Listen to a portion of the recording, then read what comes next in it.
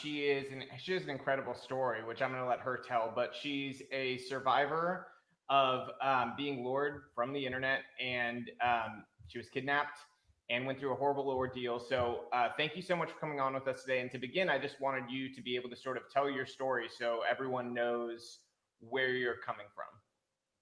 Sure. Thank you so much for having me. This is such an important topic and a really great time to have this conversation. So let's go back to 2001, 2002, and it was really the start of the internet. It was so incredibly new. There were no internet safety presentations, there were no stories like mine. I was actually the first known case of child abduction by an internet predator.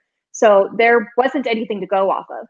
And my parents talked to me about stranger danger, but that didn't mean anything in the online world because it doesn't really, and it didn't then. So I didn't know any better. My friends didn't know any better. And for me, I was really shy, and online, I felt that I could be myself, that I could express myself. And back then, this was really before cyberbullying was a thing. So it was just a place for kids to hang out. And that's where kids were all the time. Now, if you told children the only way that they would be able to get online and do anything by having to have their computer plugged into the wall with not even Wi-Fi, with all the wires and the dial-up and all of this, they would stay at home and be in that little corner. And that's where I was, and that's where all of my friends were. But I was in a chat room, and somebody messaged me who I thought was a boy around my own age, and he began to groom me. And of course, I didn't know what grooming was. There weren't any red flags that I could recognize, and I didn't know what was dangerous. I didn't know what to look for. And grooming is really very simple. It's just pretending to be a child's friend and tell them what they want to hear versus what they need to hear. So, for example, it's so hard to be a kid in so many ways, but little things like not cleaning your room or getting a bad grade, this person sort of washes over it, or for definitely bigger, larger things, that what this predator is looking for is vulnerabilities. They're looking for those vulnerabilities to exploit. And right now, kids are most certainly vulnerable because of everything that is going on in the world. They're emotionally vulnerable, they may be physically vulnerable. And so predators are very easily able to find and exploit those vulnerabilities. And the point is to make that child feel like you are the only person who can understand them, that you are their best friend. And that's how I felt. I felt like I really knew this person. And yes, that may seem really silly looking at where we are today, but I was a child, I was 13, and I believed that the world was good. I believed that I was who I said I was, so why would somebody be somebody else? And again, there was no education, there was no awareness. And so he spoke to me for about 8 or 9 months. And on New Year's Day 2002, I agreed to meet this person. I walked outside of my front door. I left the door open just a little bit because I was coming right back through it. I was just going out to say hello. It was a huge mistake and one that almost cost me my life. But children make mistakes. An adult should never take advantage of or exploit those mistakes. And I walked up the street just about a block or so, and it was so quiet. There was nobody there. There was nothing going on. And I wasn't a kid who walked around my neighborhood. This was something so completely out of my character. And that's something really important to recognize about grooming too, is you start, it's kind of like brainwashing, to be honest, that you start with one child who interacts with the world one way. And by the end of the grooming process, they interact with the world differently, that they actually become different, but they don't necessarily look different or behave all that different to the parents. It's how they themselves feel about the world. And so this little voice spoke up, my intuition. And I don't know if it spoke up before. I don't know. But this time I listened. And this little voice said, Alicia, go home. This is really dangerous. And next thing I knew, I was in a car. And this man was squeezing my hand so tightly that I thought it was broken. And he began threatening me and showing me stuff that he had in the back seat. And I knew immediately that I was no longer in control of my life. He drove me from Pittsburgh, Pennsylvania to Virginia to his house, where he held me captive in his basement dungeon. And I was raped and beaten and tortured. And he live streamed what he was doing to me to other people online. But this actually led to my rescue. And it's interesting because somebody reached out to me just a few days ago and said, is that true? People are very inquisitive recently. Is that true? Are you sure somebody live streamed? No, that's not possible. Yes, people webcammed back then. It wasn't as clear as this today, but it definitely happened. And so what happened is that he was broadcasting that live, and somebody who was viewing this was able to recognize me from my National Center for Missing Exploited Children poster and contacted law enforcement. And they traced down his IP address through one of the screen names that he used. It was an absolute miracle. And I use the term, I say this a lot. I say, I am so lucky. And I grew up saying that. And it means so much more than just, hey, I'm really lucky. It was a miracle. It was essentially one horrible person coming forward about another horrible person. And it led to my rescue. And a big reason for that is because of the poster being out there. If that poster wasn't out there, I would not have ever been rescued. And I firmly, firmly believe that.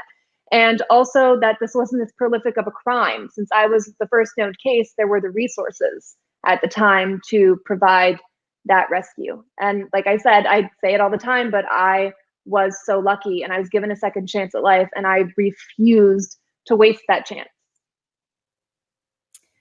Wow, that's an incredible story. I mean, I'm just blown away just by your ability to use such a horrible circumstance and turn around and empower and protect other children and arm parents and communities with information that can potentially save lives.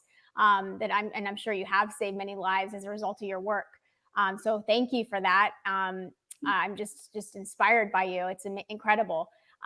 Would you tell us about Alicia's law, your law? Tell us more about what that is. Sure, absolutely. So it's one of my many advocacy efforts. Like I said, I wasn't going to waste that chance. And it doesn't mean that I was overly brave or overly strong. It was that I felt that I was rescued and that I had this knowledge and I wanted to protect my peers. So at the age of 14, I began speaking out and sharing my story before advocacy in this area was really a thing. And there was no internet safety education. There was nobody talking about this. I was called a fearmonger, and it was a little tricky at first.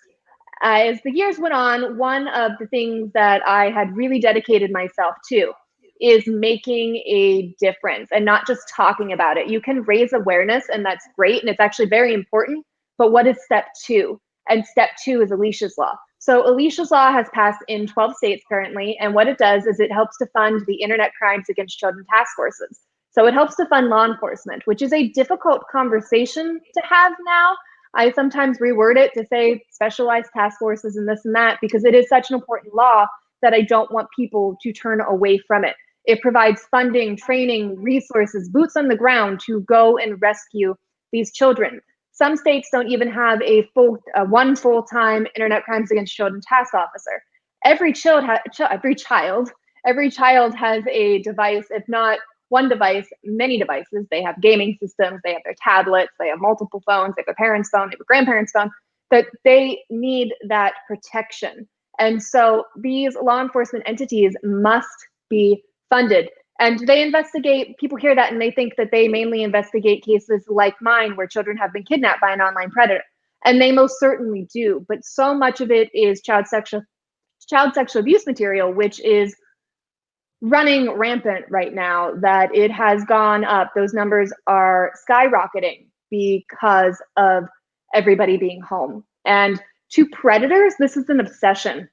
It's interesting because to people, they have this idea that there's internet predators, or there's park predators, or there's mall predators, and they forget that everybody is online.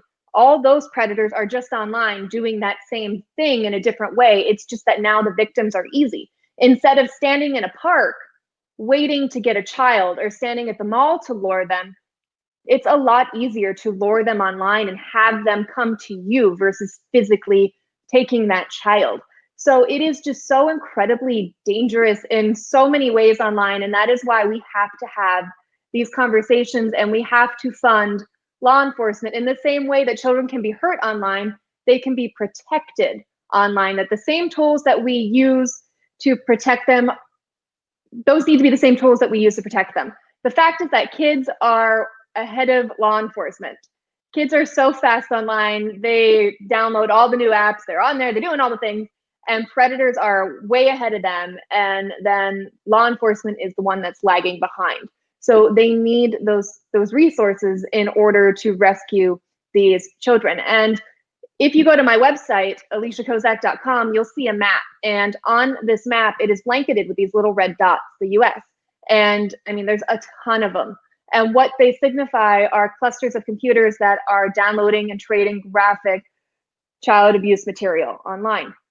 And so over 55% of those dots that you see are hands-on offenders. So that's something else you hear about this too.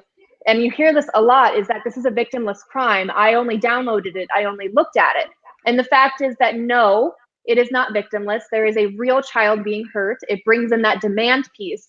But not only that, in order to gain access to new material now, you have to create your own so often. So these predators are creating their own material to gain access to new material. And it's everywhere. You can go on to Twitter and there's hashtags that will lead you right to people who are trading it. It's not being hidden all that well, which is a good and bad thing, to be honest. When we report those accounts, it's really great to have them taken down.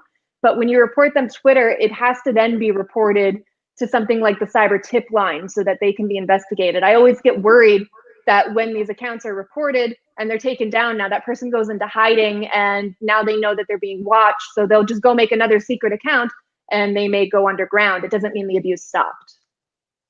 Yeah.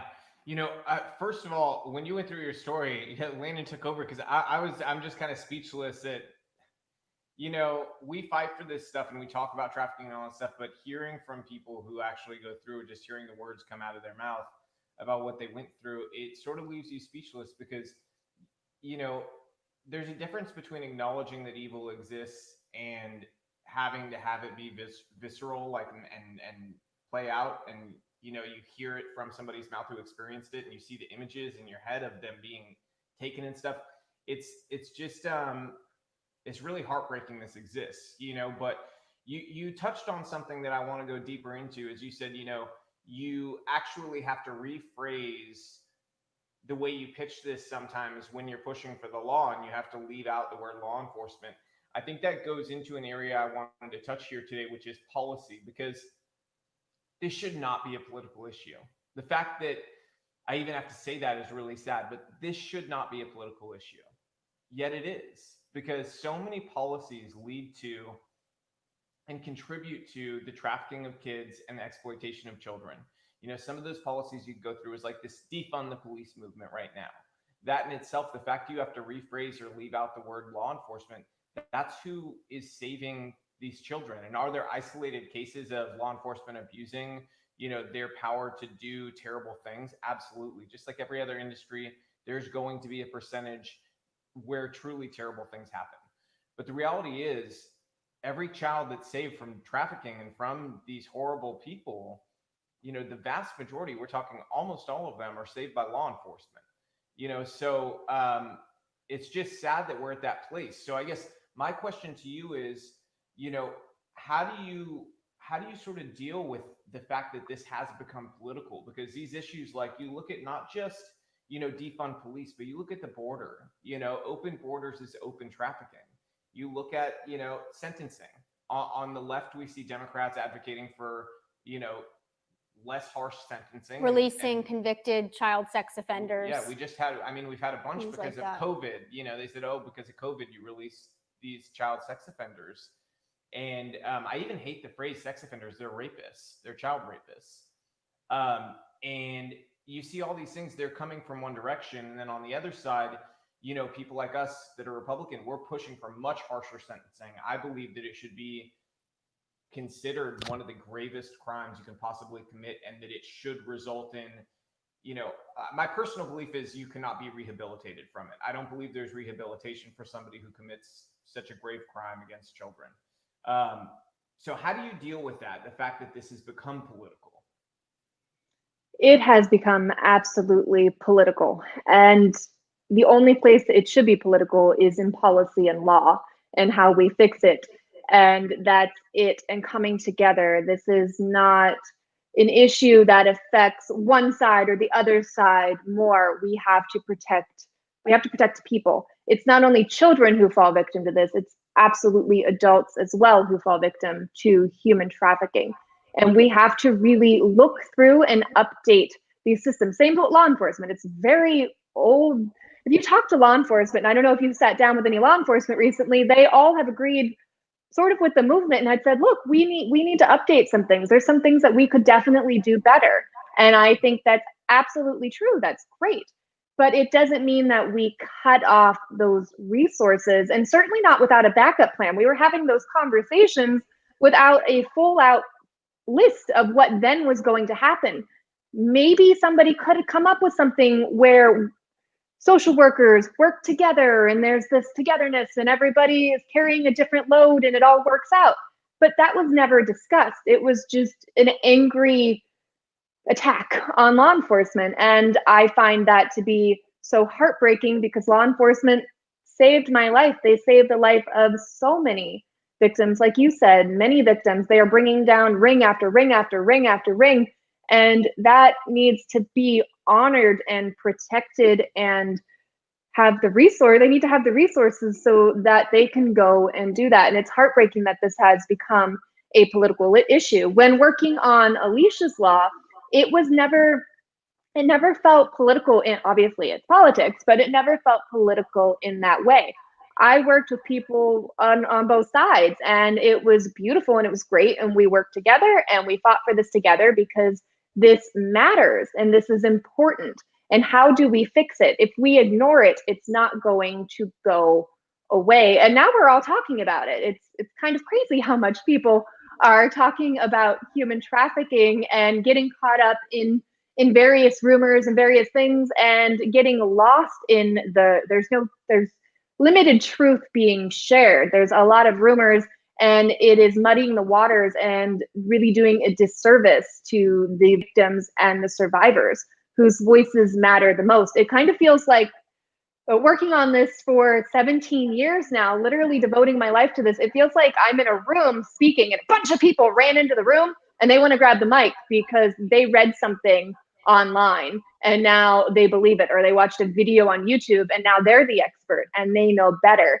And the fact is that you can't necessarily learn anything. You can learn something about this overnight, but that there's so many moving parts to this. This is not just one-sided sort of issue. That when you think about human trafficking and we talk about missing children, yes, 800,000 children go missing every year, and that number is huge. But 99% of those children are returned home safely. It's not that they just vanish. And one of the reasons that they return home safely is because of those posters.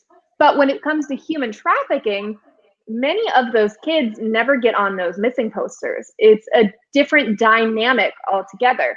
And then you have the child sexual abuse material over here. There's all of these moving parts and all of these things that you can't put into this one tiny trendy box, put up a post, put up a fancy hashtag, and now you're an expert and you care about this.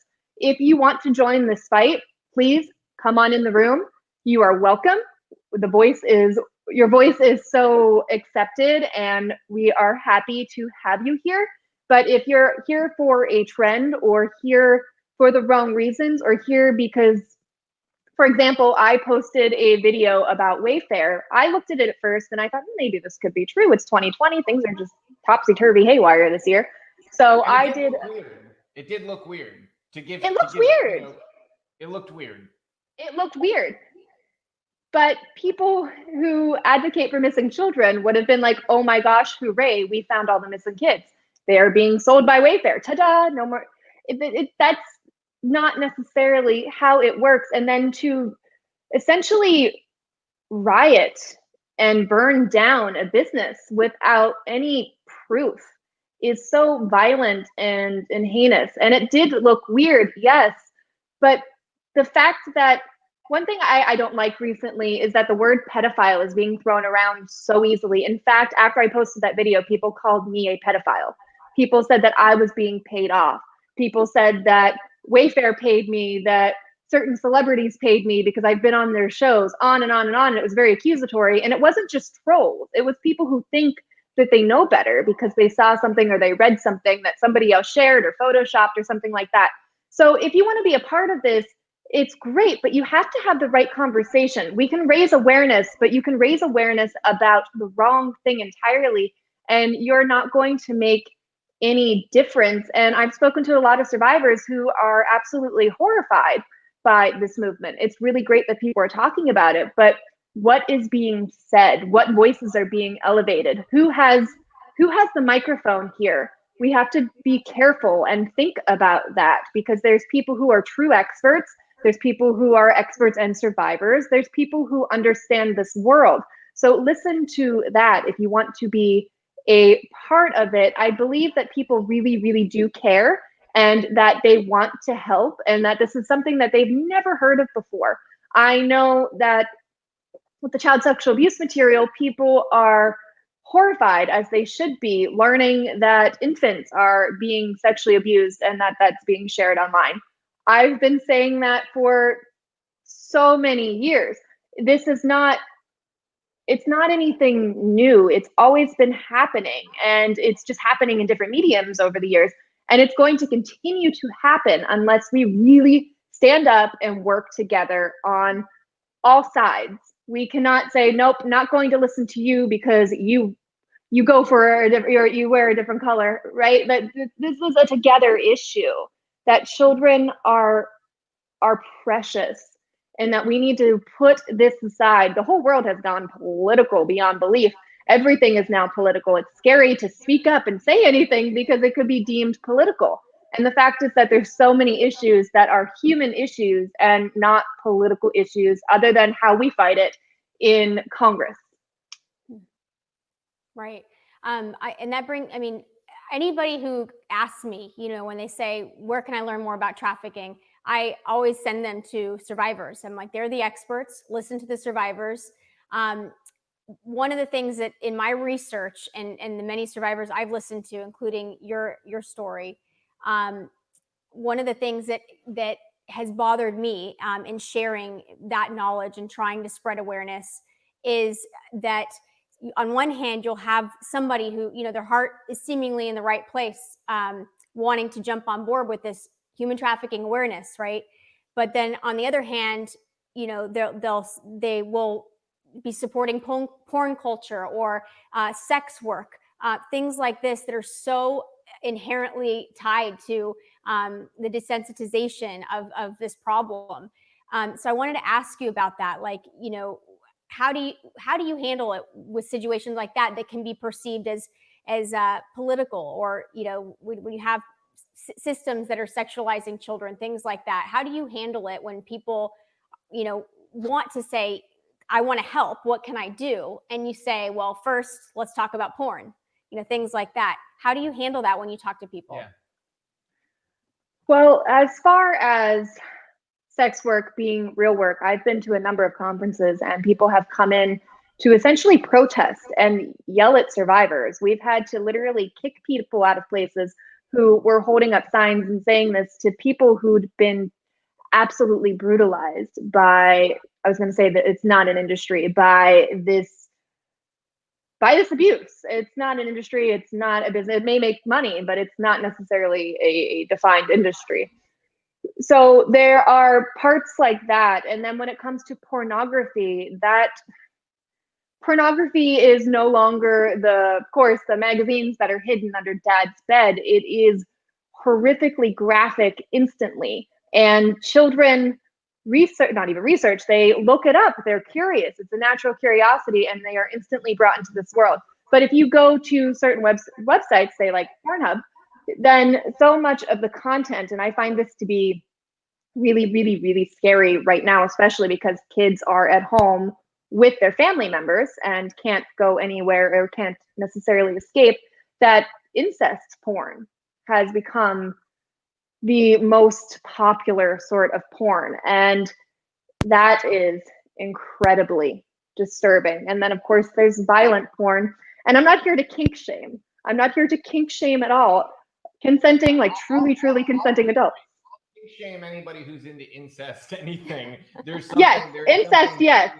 There's incest, I was talking about the violence going on, and you need to talk to somebody. Absolutely.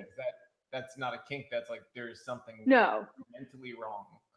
There's a point now where it's become so much of what turns people on isn't so much sex. It isn't so much intimacy at all. It's shock. How shocking can this be? How grotesque can this be? How abusive can it be? How violent can it be? And the problem with that is that it doesn't end there. It gets worse and worse and worse. And when we talk about child sexual abuse material, it gets worse and worse and worse. And children who are infants with their umbilical cord still attached. I know that one of the most downloaded videos of recent years was of an 8-month-old girl on a changing table, and I'm sorry, this is a little graphic, having her diaper removed and being penetrated. This is really, truly happening, and it reflects what is happening in the consensual, normal pornography that is just a click away. And that is, it's disturbing, and it is a difficult battle to fight, because now you're getting into free speech and people's rights and the power of the world, and the fact that sex sells, and it's one of the human drives. However, violence and abuse and the degradation that goes on is not. That is harmful in so many ways. And that's something that needs to change. And the fact that anybody can upload material to these websites, that you have a lot of CSAM, and when I say a lot, I actually do mean a lot of CSAM being uploaded. And then you have people commenting and saying really horrible things about how young the person is, and yes, the victim, how they're crying, how they're in pain, and how that's enjoyable to them. That's something that we really need to look at. And one of the ways to fight that is by educating and talking to not only our boys, but also our girls, but absolutely our young boys in our lives. I know that when I speak, and I speak to people, I speak to students, I speak to parents, I speak to teachers, I speak to law enforcement, I train the FBI, and I speak at a lot of corporations. But when I speak to kids, there was something that I realized, because when I first started speaking out, I really sort of spoke out to the girls, to be honest. I was 14, and I knew that boys could be victimized, but I didn't relate. I didn't understand that side of it. And so as I learned later on that the numbers are just as high for the boys online in solicitation. But not only that, I had a young boy come up to me. He was maybe 11 years old.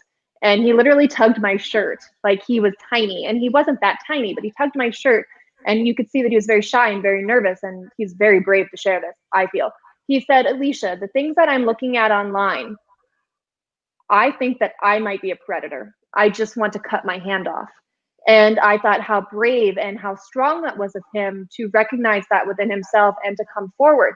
But by educating our children, by standing in those classrooms and talking to our kids, you are not only saving the would-be victims, but you're maybe stopping the would-be offenders.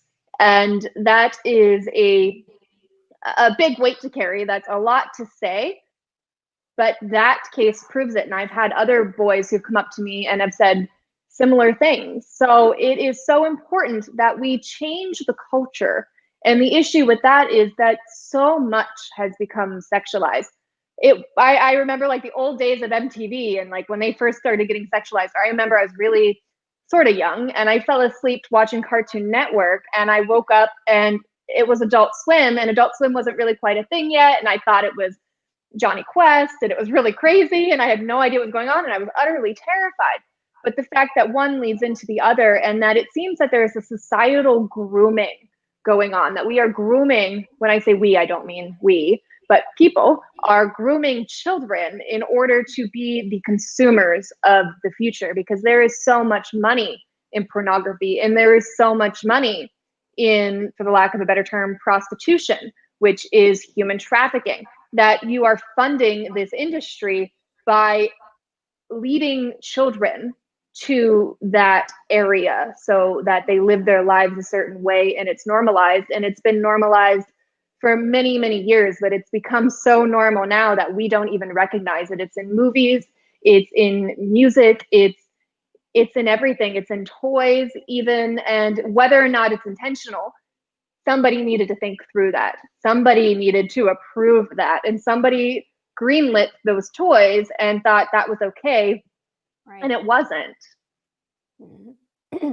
Part of that, self-reflection process that we have to do as adults, so that we can model that for our kids, is to recognize that, the systems of shows we watch, music we listen to, that sexualizes children. We are not always conscious to, when we're watching a hit show on Netflix and they have a sex scene, a gratuitous sex scene, and then they have a quick cut to an innocent child running and playing. In our minds, we don't realize what's being done, but what's being done is we're being desensitized, conflating sexual violence with innocence in children. So we have to be very mindful of that. I feel like it's really important because a lot of this sexualization of children happens right in front of us, and we're actually like signing up for it, watching shows, listening to music, allowing our kids to watch certain programs that suggest this paradigm that participates in this desensitization process towards this sexualization of children. So I'm so glad you brought that up, because it's not always easy to pinpoint exactly what it is, but the more we can self-reflect and examine, we see more of it, the more we're conscious of it. Yep. And Where we used to live in a different world. Go ahead. Sorry. So we used to live in a different world where fight for it.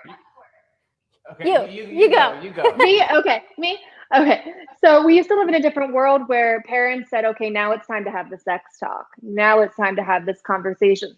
We don't live in that world anymore. We live in the world where kids see every single thing that we see, only they take it in with their own eyes and their own experiences. And to them, they don't have the capabilities to think through it in the same way. But we forget that. We forget that kids live in this world with us, that it's not, there's a kid world. There's not the kiddie table anymore. I remember when I was little and we'd have holiday meals and I had to sit at the kid table.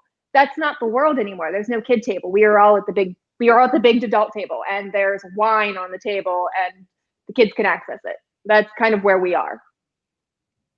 Yeah, I was going to say too, just listening to you guys talk about this, I think one of the important things is this sort of it should clarify to people how important gender is, because in dynamics like this, males, while they can be victimized, are most often the offenders. And as a dad, I think us men, we have a job to do with our sons, because what we teach our sons about how to treat women is ultimately it just shapes such a large part of how they see and will treat women in the future. So you can teach your son and behave in a way that teaches your son that women are a commodity to be traded, and that emotionally you don't form attachments, and that you can have as many as you want. Or you can teach them that women are to be respected and that they are equals, and that they we sort of we act in a sort of yin and yang with each other. Like there's this relationship that can be really beautiful. And I don't think enough of us as men have taken that as a conscious thing. I think as far as it's gotten in a larger part of culture is this idea that, okay, well, you don't hit girls because would you want someone to hit your sister? And I don't think that takes it quite far enough. I think we do need to go further with our sons and explain sort of the dynamics and the differences, because at the end of the day, there are differences, and I think that's something society is trying to, especially on the left, trying to escape, is those differences. And there's no escaping that, I'm 6'2". She's like 5'2". There's no escaping the physical differences here. Okay. We'll give you 5'3". Okay. There's no escaping the physical differences. And, I'm much stronger. So, these are things we have to grapple with as society. That is a real difference. We are not the same biologically. And there's a power differential because of that in a physical sense. Sexual expression too, the way we the risk for pornography addiction, much higher with males. These are real truths that we just can't escape. And if we try to push them down, we try to repress these things, and we try to pretend that the genders are all the same and everything, we end up in a more dangerous place, not in a healthier place. Because the more you do that, the more people sort of repress other things, and then they hide things about themselves, and they start to behave in ways that are more dangerous. And so that's sort of what I would tell dads, is that our job is to be men with our sons, and part of being a man with our sons is explaining to them our differences and the unique sort of capability that we have to be protectors for our own sort of, you could call it tribe or whatever, our own group of people that are our family, but also our ability and duty to protect the innocent. That doesn't mean women can't do the same thing. It just means that men sort of have a special ability because of, you know, physical stature. And that's why you see a lot of law enforcement who do like the more dangerous stuff tend to be men. That doesn't mean women can't. There's plenty of amazing women who do that stuff, but it's something that we can especially sort of put on our sons, that this is something, you are different in these ways, and you can do these things to be a better man, you know, in how you treat women and so on and so forth. So I think that has to be part of the conversation, is dads sort of admitting to their own ability to change things. So if you have a daughter, don't pretend there's nothing you can do. If you also have a son, there is something you can do. You can make sure your son doesn't turn into one of those predators in the end. And nobody ever would think of their son as a predator, but guess what? There was somebody's son. Out there, their parents never thought of them as Right. a potential predator either. You know, but you do have to sort of have those conversations. And modeling is so important in that, by showing that behavior and by treating people equally and respecting people equally, and that you children pay attention to what you do, not so much what you say. So it is really incredible and incredibly important to show that respect, and that your children are little people. I speak to so many kids, and you would be amazed at the things that they say when it's not their mom or dad or their guardian. They are little men and women with little men and women urges. And so it is really important to recognize that and to be able to have those uncomfortable conversations. And yeah, they're uncomfortable, but you have to have them. And as far as pornography addiction, women absolutely get addicted too, because we have the same chemicals. However, boys, it is almost accepted. It is something that my son does this. It's an acceptable sort of thing, or that other boys at school are doing it, or the way that they are talking about girls, or they're sharing pictures, or whatever. So that it is really a societal pressured sort of thing. I have a friend who is now an adult, and when he was 9 years old, he had a pornography addiction. And his mom locked down the computer as much as possible, and she put a password on it. And he put up a little camera, and he pointed it down at the computer and watched her type for weeks on end to figure out what that password was. And he got on. It is a true addiction. But what is, like I said, really dangerous about that addiction is that one thing becomes not enough. So it becomes the next thing and the next thing and the next thing and the next thing. And then you have children who are involved and into, I could say, really heinous material. And this happens to boys and girls. I spoke to a parent recently, and her young daughter, really young, about 8 years old, got on her mom's phone, started playing around, ended up at a horrible BDSM website, and became addicted to that stuff, and was sneaking and looking at it because it's interesting, it's crazy, and it's a natural drive. This isn't anything going against nature, and that's what's so dangerous about it. We have to have these conversations, though, and with everything, we have to have the right conversation. It's not about shaming. It's not about making them feel bad for doing that or thinking that. It's about leading them on the right path and modeling that behavior. Absolutely. You know, I remember looking on Amazon, trying to find underwear for my son, and just, you know, we were looking together, and I'm so glad we were looking together, because I caught something extremely inappropriate. So, you know, you can't even look on Amazon to get your kid underwear without something sexual or pornographic coming up. And parents, you know, we have a really hard job of protecting our kids, and it's almost impossible. So with your expertise, what are some things that parents can do to protect their kids on the internet, especially during COVID times? So first, you need to educate yourself. You need to sit down and read everything you can online, educate yourself. Yes, it's a lot. Yes, you will not know everything. Yes, you will not be able to keep up with it, because there will be a new application tomorrow that your child is on, but you have to have some knowledge so that you can have those conversations. Secondly, you have to monitor what your children are doing online. And it's not about being sneaky, even though kind of maybe sort of it's about snooping, but it's not about getting your child in trouble. So it is only to keep them safe. So you need to be able to pick up that device at any point in time and be able to go through it. And so many parents don't know their child's passwords, not only to the different applications, but to the phone itself. And so you need to have that and be able to pick it up at any point in time. The child is sleeping, the child is wherever, and you pick it up, you go through it. And it's not, and I really try to tell parents this, it's not that you found out that Tommy tried a cigarette or Tommy went to that party you told him not to. It's not about that. It's about if something goes really wrong, that you can step in, because it is likely for something to go wrong online. And most certainly now, the kids are home and they're bored out of their minds, and those vulnerabilities are so high, and predators know this. And kids are in many ways sitting ducks. And a predator will go talk to one kid, and if it doesn't work with that one kid, then okay, well, they'll go to the next kid. And it goes on and on and on. They are obsessed with this. This is what they do. This is their focus as far as predators. And so that's part two. The most important thing, though, is that you have an open line of communication with your child, that you let them know that they can come to you with absolutely anything at all. And that means that your 8-year-old daughter could come to you and say, Daddy, I sent this picture, somebody asked me to, and now they're threatening me. What do I do?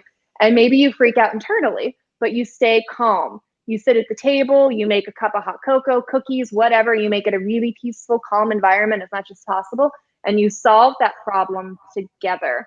And that, again, that's that modeling, that's that showing them that you're not ashamed of the mistakes that they make, that you're actually proud of them, because they're the ones who are going to know maybe first if they're being threatened online, if they're being sexually exploited online. You want them to be able to come to you. And almost all the kids that I've spoken to aren't comfortable to come to their parents. Why? Not just because they'll get in trouble, but because their device will be taken away. And that is their own, right now, it is literally their only connection to the outside world. So if you take that, you are literally ruining their life. So they need to have that in many ways. They need to have that device, but you need to monitor it. You need to watch it. You need to pay attention to what your kids are doing. You need to make sure that it doesn't charge in their room at night, that you take it at night. Yeah, they might say it's an alarm. Get them an old-fashioned alarm clock. There's a whole bunch of them out there. Pay attention to what they're doing and try to stay ahead of this. And you can do everything still. You can still take all the right steps, and evil can still get in, but you still need to take those steps. And a lot of people, I think I said in an earlier conversation that I've been called a fearmonger in the earlier days. And the fact is that it's not about making your child fearful. You don't want them to be afraid necessarily to go outside, but that you need them to know what is dangerous. We teach our kids to look both ways before they cross the street, put their seatbelt on. And the reason we teach them that is because they could die or get really badly hurt if they don't do those things. In the same way, they need to have that conversation and know about cyber dangers. And yes, in an age appropriate way, you don't have to say if you go on Roblox, you're going to be kidnapped, but that you can have those conversations in an age appropriate way. And I think one of the best ways to do it is to just say, hey, what do you think could happen? And they may say that you may be scammed, or that you might be surprised what they say. You may be cyberbullied, and you start there. And you don't ignore this, and you don't have this conversation once. This isn't one conversation you have and say, okay, they're 7 years old. I gave them the phone. They're going to play on it. I don't need to have that conversation again. It needs to grow with them as the devices change and the apps change, and they get older, because they will have more and more freedom online. So the whole point is to teach them, to empower them to make good decisions. Because at the end of the day, if they want to do something online, they're going to find a way to do it. They will find, kids are amazingly resourceful, and it's a little harder now. They can't necessarily go to school and take their friend's phone, but maybe they take grandma's phone, maybe they sneak it. Kids are really, really resourceful. So you want them to be able to make good decisions. It's their decision to continue that conversation, to send that picture, to report that person, or to meet that person. You want to help them, guide them, model again for them, and then help them into the world of making these really important decisions online that even adults make mistakes in. Yeah, and I always tell parents too, you want to look out for this. Is something we've done is you have to have a password to buy any apps, even free ones, like to download them, because there's these apps now that look like, say, a calculator. and they hide other apps within it. So other apps that could be dangerous are hidden within that fake calculator. Kids And are then we got resourceful, to and know people make these apps so that they can be hidden. I had a parent reach out to me. Her daughter was 9 years old, 8 or 9 years old. Seems to be a very particular age that kids start falling into this. It used to be a little bit older, but 8 or 9 years old is when they're starting to be allowed on the device, especially right now. And she reached out to me, and the daughter was playing on the grandfather's phone and was playing Roblox, and it wasn't necessarily a big deal. But then the phones were connected, and so he started to see these odd conversations, and all along he eventually they were just playing and having like normal conversations playing this game, and then he started to say things like, oh, my boss is doing this, oh, I have my job to go to, oh, I have a wedding to go to, and I'm the best man. And then she said, I'm 9, I told you this, I'm 9, why, what? And he said, oh, wait, I'm 9 too, I really want to come meet you, I'm going to go ask my mom. And she was like, oh, hi, yeah, I'm 9, this is so great. She didn't think about it because she's 9. And her mom sat down and tried to talk to her about it, and she didn't make that leap that this was even somebody else. So there you have a really vulnerable child who's sitting at home doing what so many children are doing, should be perfectly safe. However, they're not. We are so focused on this virus coming in. We're wearing masks, we're wearing gloves, we're washing fruit and vegetables and doing all these things. But what you don't realize, or what many people don't realize, is that there's so much danger in this little device that the predator that could ruin your family and harm your child is already in your home, and they're just a few clicks away. So you have to make those decisions and stand up for your child and protect your child. It's not about being your child's friend. It seems that we've gone from early on in the days when I would speak to parents, they were completely clueless. I mean, they literally thought that there was one email address for the house. It was crazy. And now they're complacent and think, okay, well, there's these apps, they'll protect my child. And while those apps are great, and I say that every parent should use them, it's not, what app have you had that hasn't failed at least some point, locked up, broken down, need to be updated, whatever? It's not completely safe. So you need to do all these other things too. And yes, it's a lot, and yes, it's scary, but you have to protect your child because there are so many dangers that they could fall into online. My case is on the extreme end of the spectrum. When it comes to child abduction online, it does happen, but it's not a super common thing, thankfully.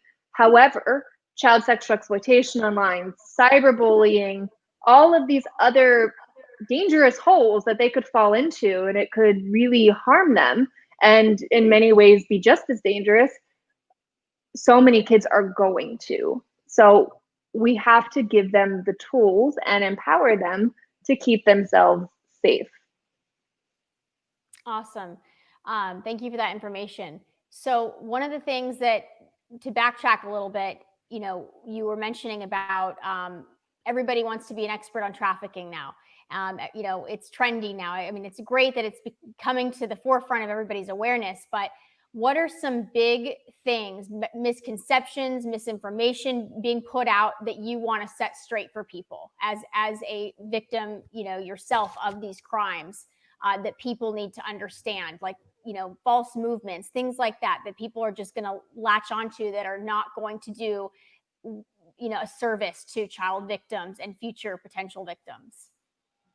People are so focused on the elite. People are so focused on celebrities that they're not looking into their own communities and realizing that this is happening right out. And I have a window right here. That's why I'm pointing there. But that it happens in your own community, that this isn't an over there issue. This isn't an other people issue. This is real and it's happening, and it could be happening to your child, to your family, to your neighbor. Your neighbor, anybody can be a victim and anybody can be a predator. Right, anybody.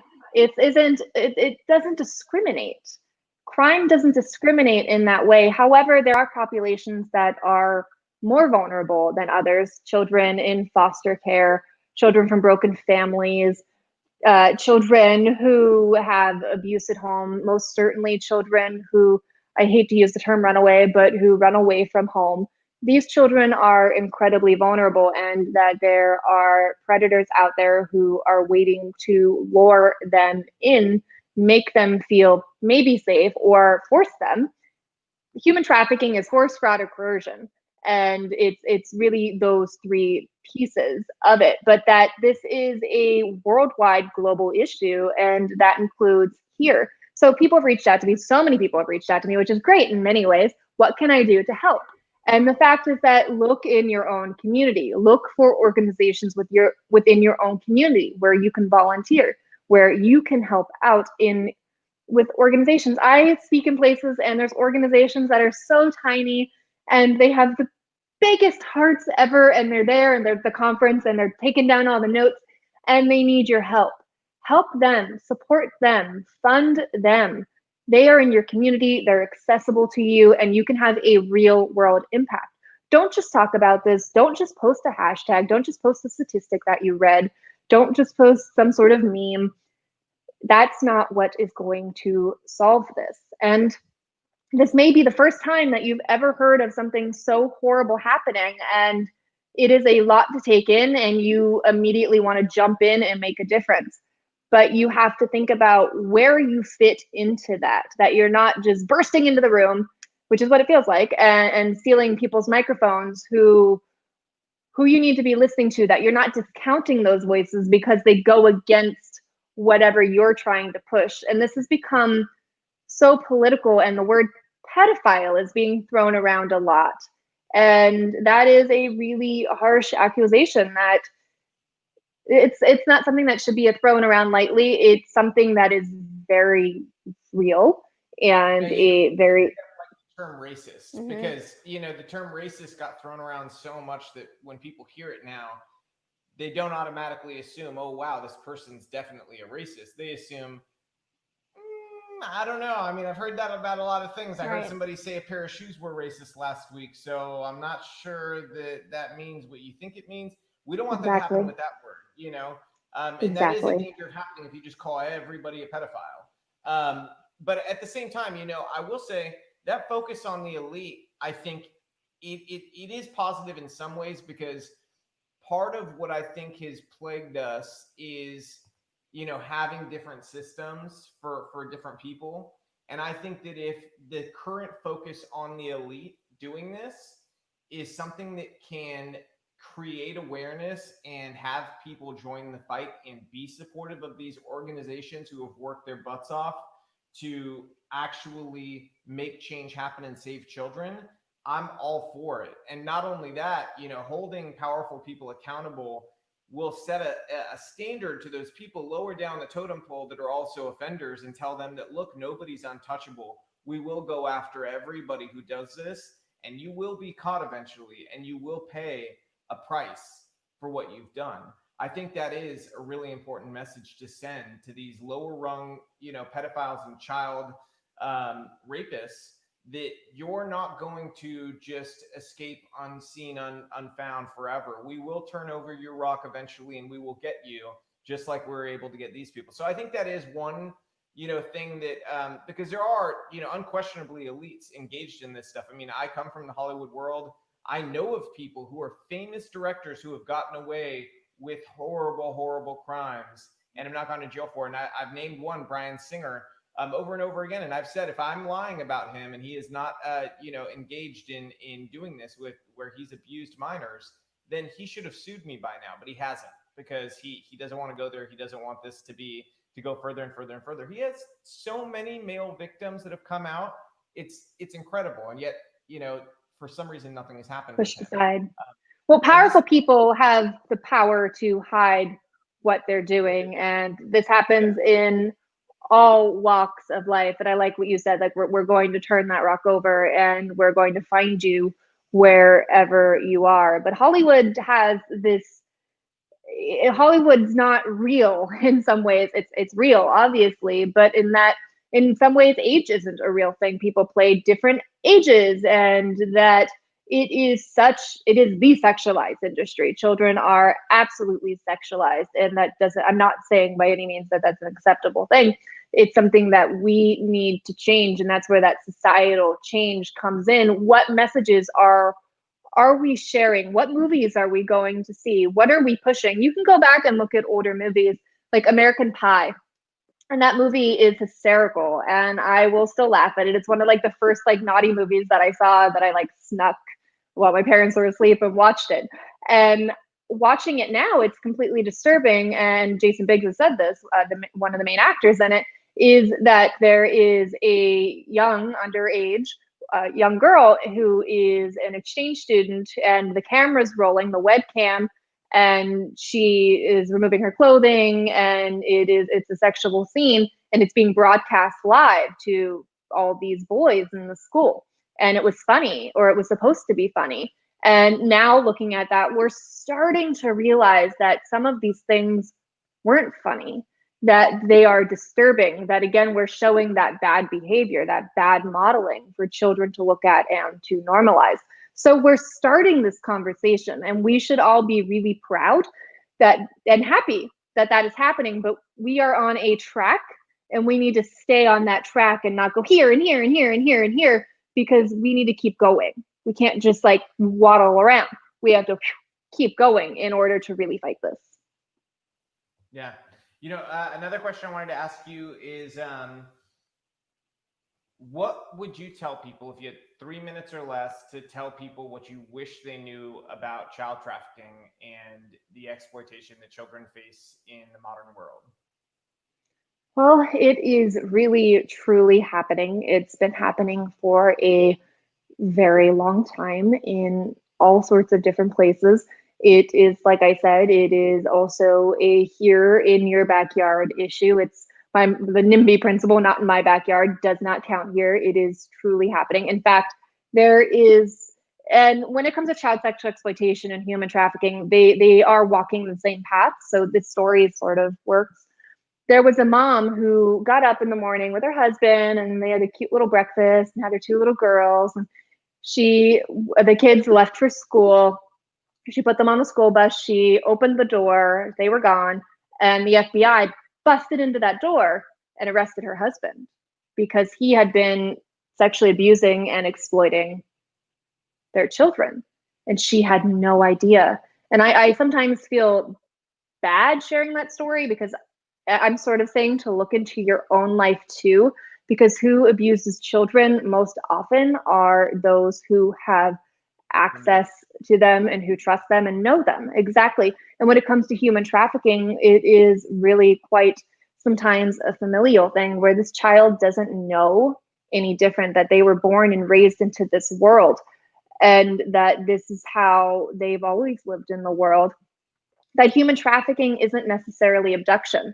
You now see anytime anybody is missing, they're like, oh, human trafficking, human trafficking, human trafficking. And yes, it may be possible, but that's not the first likely scenario there, that it could be something else. So you hear that these stories and you see these posts about people tying the windshields down and doing this and doing that. And while maybe there's been a case of that, I'm not going to say that there hasn't, that people aren't necessarily getting kidnapped from Walmart in the middle of the day. There's certainly been cases. There's been Cherish Periwinkle in LA where that happened, where she was just broad daylight at the mall parking lot in actually a semi nice area of LA. Mm-hmm. And it actually happened twice at that mall. The second time they failed doing it. And and the Las Virgenes School District too. Mm-hmm. Las Virgenes School District is one of the nicest school districts in LA. It covers Malibu, a part of Malibu, part of Calabasas. Very high-end area in terms of like the amount of money people make and everything. Las Virgenes School District had this problem where this man and woman went to 3 different public schools trying to grab children and take them into their car, broad daylight at the end of school. This happens. But definitely happens. It absolutely happens. I have a friend whose daughter was murdered leaving her job at Victoria's Secret. It absolutely does happen, and we need to be careful everywhere, but we can't just jump and assume that that is the first thing that could have happened. We need to listen to those stories, to pay attention. The other thing that happens is that there's a lot of posters and information that's shared for cases that have been closed. I see that all the time, that there is a child who's been reported missing and they've been rescued, but 3 months later that'll come up, or even worse, that the child has been found deceased. and then that parent runs across that because it was viral, and now it's saying that their child is missing, and it's just really horrendous. So it is a really complicated thing. All of it is true, and all of it isn't in certain scenarios. It's not okay, this is what it is and this is what it isn't. It's all of it all at once. It's familial, it is the parking lot, it is abduction, it is people most certainly who come from overseas and then are taken advantage of. It's all of these things that we need to be looking at in order to fight this. And that's why it's so important to really educate yourself. If this is something that you want to take on, if it's something that you feel in your heart that is a mission that you want to be a part of, educate yourself. That is really the most important thing that you can do first and foremost, so that you're informed already. It sort of feels like we have this army that has formed recently, and it's really great. There's this army that wants to make a difference, but some people don't have any training at all, and they're messing some things up. They're a little bit dangerous out there. They're making mistakes. I mean, even with the whole Wayfair thing, which, yes, like I said, it looked really strange, but people were sharing posters of children who weren't missing, and those were resources that we lost. And one of those girls is missing, and I haven't seen anybody talking about her. She didn't matter anymore once people stopped talking about it in that specific context. And I shared it, and I've tried to look her up, and I haven't been able to find about a lot of information about her either, because it hasn't hit the media. I'm going to reach out to the police department soon and contact them and talk to them about it. But that the National Center for Missing Exploited Children website, their search engine was down. I discovered that while I was researching for this video, and I was looking up these posters myself, that they had such a surge in people looking at their site, searching for these specific cases, that the site went down, and it took down a resource that is so important. That is how so many children are recovered. So just think about the resources that are available. Think about what you are doing, that your voice, it matters. Everybody's voice really counts, because with the internet, we all have that microphone all the time. And some of us have a big reach and some of us have a small reach. And then one thing goes big and it's viral, and then you have a huge reach with that one specific thing. So just be really mindful about what you're saying, and that there are people who are very much hurting, who are reading these different posts and these different statistics, and they want to fight alongside you, but it's hard, because you're coming at it from a place where you don't necessarily need the armor that they need, that you don't need that extra protection, because it's not triggering for you, maybe. So just, again, be really mindful that there are so many people in this fight who've been in this fight for a really long time. Listen to the survivors, like you said, pay attention to what's going on, and don't just start posting or talking or thinking that you've done research because somebody else did research and they shared something. Do your own. Verify, verify, verify. Always verify, just like you should on all social media. I mean, there's so many things that I've almost shared, and I'm like, oh, wait a minute, that's obviously not real. Calm down, Alicia. All worked up, not real. Have that sort of mentality about this. Verify, look into it, check those statistics, check those numbers. Don't just share everything out in the open, because it can be harmful if it's the wrong information, because now you are part of this system that is fighting against this, and you need to play a part that is effective and helpful, or step out until you feel like you're comfortable to do that. And if you think it's just a trend and something that you feel compelled to do, I almost feel like it sort of like became the black square there for a moment for Black Lives Matter, that people are like, oh my gosh, if I don't share something about this, I'm a pedophile, I'm supporting this. And that's not the case. That's not true. Clearly, it doesn't mean that you have to say something or do something in terms of showing that you care. Go actually care.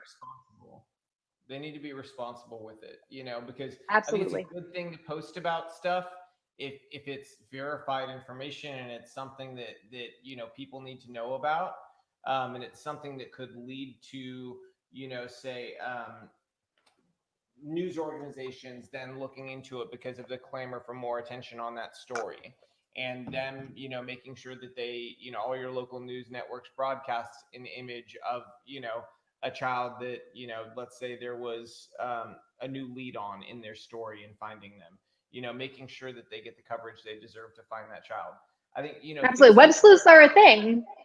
Web sleuths are a thing that you can make such a big difference. There's been a lot of cases that have been solved because people on Reddit dug in and had a different eye on it and a different ability to look into it. And that's the power that we have to do good, that we can do so much good. I learned at a young age that there's so much evil in this world, and good has to be louder. Good has to speak up, or evil will always win. So we can't step back.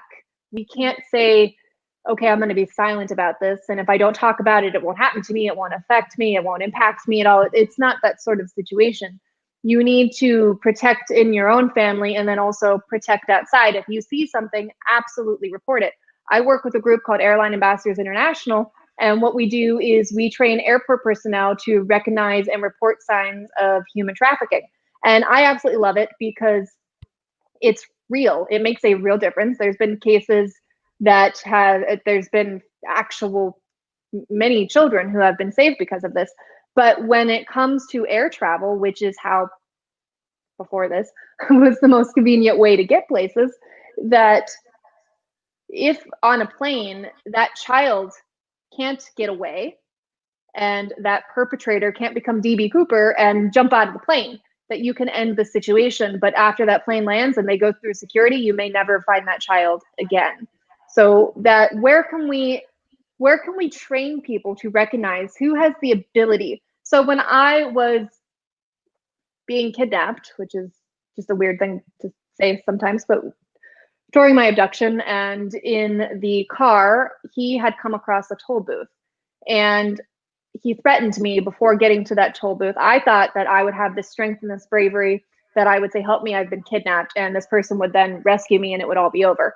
And that's not what happened at all, because that person didn't see me. They didn't look in the car and see that little girl crying. They didn't ask those questions. And that's not their fault. It's that they didn't know.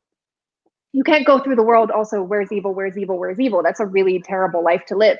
But that those people who have that ability to make a difference, so truckers, people who run hotels and motels, salons, toll booths, airlines, things like that, where it is so people oriented that we can get ahead of this, that we can train those people, and most certainly teachers and doctors who, there's so many cases where human trafficking victims are taken to the hospital because their injuries are quite grave, and then they are released back to this perpetrator without anybody really thinking about it. So training is really important. We have to figure out how to make a difference. And it's not that tomorrow we're all going to wake up because we did A, B, C, and D, and this isn't going to continue to happen. It will find a way to continue to happen. But my mission has always been to save one child, to prevent this from happening to one person, to rescue one person, because one person really does change the world. And if we all took it from that perspective, if we all said, you know what, I will make a difference by doing this. And it's not, you may make a big difference in a big way, or you may think that you make a small difference in a small way. But the fact is that everything you do is making a difference, because there's this big puzzle and there are so many pieces, and we are all a piece of that puzzle. Where do you fit in that puzzle? And if you're the wrong piece, if you're excluded or you're in the wrong place, so you're not going to fit properly, that puzzle's not complete. So it's, again, just really important to be mindful about where you want to be in this. But if you want to be a part of this, please reach out to your local organizations. There are so many of them out there, which is so beautiful and so amazing. Reach out to your organizations, report when you find something that doesn't sit right with you, that if you think something is wrong. Years ago, I was in Chicago, and I will forever kick myself for this. But there was a woman who was having breakfast by herself. She paid with cash, and that wasn't the thing. The thing was that she was covered in bruises. And I wanted to write on a receipt to somehow get to her, but I didn't get that chance. And I felt in my heart that that was a victim. Something was going on there, that this woman needed help. And so stepping up in those situations, but stepping up in a safe way. One thing that we teach the airline personnel is to not jump in and rescue. It's about reporting. It's about getting this to the right place. It's not about being a vigilante, because often that brings about more danger, not only to yourself, but also to that victim. And again, may not help. So be mindful. This isn't a game. You're not Liam Neeson. This isn't Taken. This is real life. And that this is really, really happening, and that this will thrive. Sexual abuse and abuse in general really thrives in secrecy and by hiding it. And now we're shining a light on it, and that's really, really powerful. We can start fighting this. We can all work together, play a part, and fight this. And I'm so proud of so many people who've stepped up to that plate, who've said, you know what, I am tired of this. Let's do something. What can I do? Who can I volunteer with? Who can I donate to? How can I make my part matter? And that's what, think about that, and then do it. One thing that I've suggested that people do is that one thing that you can do that's really easy is to go to missingkids.org and then find where you can look for posters. Find a child who is missing in your area and then share that on all your social media sites. Because again, that is a great way to bring those children home. And you will be surprised how many children might be missing in your area, that you can have a true impact and make a real difference just with the click of a button. And now we can share those posters. It used to be that you had to put them in storefronts or on telephone poles. And now we can share them globally in seconds. So please share them. And what I've been asking people to do, because I really appreciate it when, not that just like people listen to me, but that they've heard it and they've applied what I've said, is that if you use Alicia, hashtag Alicia's call to action, I can click that and then I can see all of them. And they've been filling up, which has been really great and a powerful way to make a difference in all of this. But just please know that your voice counts. Your voice is strong. You have the ability to make a difference. When I was 14 and I started to speak out, I had no idea that 17 years later, I would have a law passed in 12 states, that I would have spoken in so many schools, that I would be speaking to you today, like this would still be a thing in my life. I didn't know that I would make a difference. And I know that I have. And so we all have that power. Just start. Start in your own life, start in your community. Just start and just help. Have a warm heart, have an open heart, have a willing heart, and start. That's so awesome. Thank you for being such a strong leader and offering such great resources to our viewers. And hopefully you guys will share this far and wide and help get Alicia's message and support more legislation that can help provide resources for victims, because that's what they need. So thank you so much, Alicia, for joining us today. We are just so happy to have you on. We appreciate it. Thank you so much. This was really, really a great conversation. I love the casual conversation. I always really appreciate that. If people want to learn more, they can go to aliciakozak.com. And then I'm also on Facebook, Twitter, Instagram, all the things at it's, don't ever put an it's in your name. Not a good idea. At it's Alicia Kozak. I would love to hear from you. I am open to helping if there's anybody that the presentations or anything at all.